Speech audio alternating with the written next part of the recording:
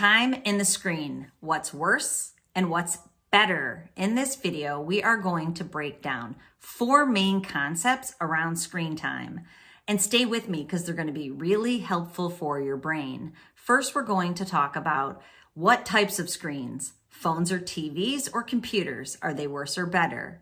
Then we're going to talk about early or late, which one's better for your brain. Then we're going to discuss fast or slow content. And lastly, the type of media that you're watching. So let's get started. Number 1, which one is worse for you? The phone or the TV? Now, the phone is shown to have LED screens, which pixelates the electrical energy and kind of gives you that clearer quality so that it looks crisp and vibrant. But what that can do is that it impacts your brain because it's giving your brain that big dose of electrical energy. Now, TV has the same hertz, which we'll talk about in a second, but it tends to be on larger screens and you tend to be further away. So the way that your brain absorbs that energy is a little bit different. So in this case, the phone is worse and the TV is better. But they both give off electrical energy at 60 hertz. 60 hertz is fast energy. So if you stay in front of it for a long time, it will wire your brain and it will make your brain produce that extra fast speed that causes anxiety and makes you feel anxious and stressed out. At the same time, after your brain is wired, it becomes tired. It fatigues your brain and it makes it so that your brain slows down using that slow speed, making you feel tired, overwhelmed, and making life more difficult to handle. So all screens resonate at 60 hertz. And so that can be a challenge, but TV tends to be a little bit better than phones. Okay, moving on to number 2. Number 2 is earlier or later in the day. Now, I just told you that screen time is going to ramp up that extra fast energy and exhaust your brain. So clearly, moderation across the day is the best way to approach, but getting off your screens at least an hour before bedtime would be beneficial so that you can let your brain come down and recover from that fast, hot energy that your brain's been using in front of a screen. Honestly, it would be better if you could get off a screen 3 hours before bed, but I know how difficult that is in today's society. Just remember, more is more. So it's better to use technology or screens, be in front of the screen earlier in the day instead of later in the day. Later in the day is worse. Okay, let's move on to number 3, fast or slow content. Which one's better or worse? Slow content is better. Yes, I know I talk fast. People comment all the time. Maybe my content doesn't count as slow, but it does. Fast content, like scrolling through social media and going through it so fast, is very exhausting for your brain. It's going to wire and tire your brain even faster than just being in front of the screen in and of itself. So scrolling through something fast is more detrimental to your brain performance pattern than if you were to watch a slow show. So when you watch TV, you tend to consume shows which have story structure, a beginning, a middle, and an end to them. And that can be more beneficial.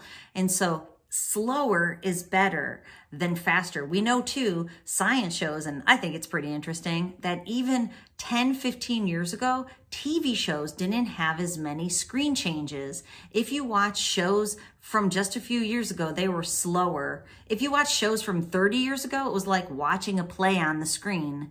It never changed screenshots. Now, if you watch a show, they're changing those screenshots many, many times within just a few seconds per minute. Commercials are like that too. They're very fast. And so although your brain likes it because it has that hot, fast energy, it is not good for your brain. So remember, slower content is better.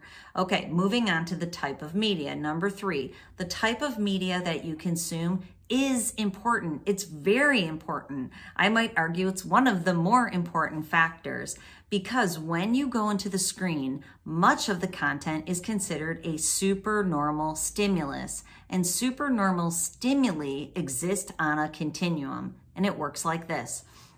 At the very highest levels of supernormal stimuli is explicit content. So if you're watching adult content that's exhilarating and arousing, it's wiring and tiring your brain faster than other types of content. So I want you to know that it's very damaging for your brain. Just below that tends to be video games or anything that has this very high, again, lots of screenshots, but also has this anxiety and this arousal tied into it. So when people play video games, they move fast, the screen changes many times, and especially many people play first-person types of games, especially first-person shooter types of games where it's very actiony, it's very violent, it's very anxiety-provoking. That's a supernormal stimulus just under explicit content. So moving down even a little bit further would be action movies or horror movies, something that keeps you on the edge of your seat. Moving down, we have less of a supernormal stimuli. Moving towards normal stimuli is those TV shows, or if you're using social media and you're kind of watching content passively that you're consuming, then it moves you right into something else. And before you know it, you've binge watched a whole bunch of videos. That's still a supernormal stimulus. When you go on social media, and if you're changing who you're looking at and what they're showing you and just digesting it very quickly, that is a supernormal stimulus. But then we move down to TV shows. Yes, it's on a screen, but we're moving towards normal stimuli. Then we get to move down even lower to using FaceTime or Skype or Zoom. So I already told you that if you're sitting in front of the screen, it's 60 hertz. It's not good for your brain. So if you sit in front of a screen all day, you are absorbing that electrical energy. But if you're using the screen to be able to connect to other people, being able to have slower paced conversations that are dialogue, that go back and forth, where you're using your brain in a different way, that is a much healthier way to use a screen. So the takeaway is, don't spend a lot of time in front of the screen. And I know we can't avoid it, but you definitely can manage it. Moderation is key. And the goal for a healthy life is to be out in the world more than you're in the screen. And that way you're balanced. You're getting dopamine and serotonin and oxytocin from the world. And then when you go into the screen, you can use it to relax and kind of shift your brain into neutral, but just for a little bit of time. Be careful of what you're consuming and how quickly you're consuming it, and consume it earlier in the day, and that will be a better recipe for you. Okay, I hope that helps you out. And if you want to improve your attention and your focus, decrease your anxiety, or nip an internet addiction or compulsion in the bud, reach out to me, drtrishleigh.com. And as always, control your brain or it'll control you.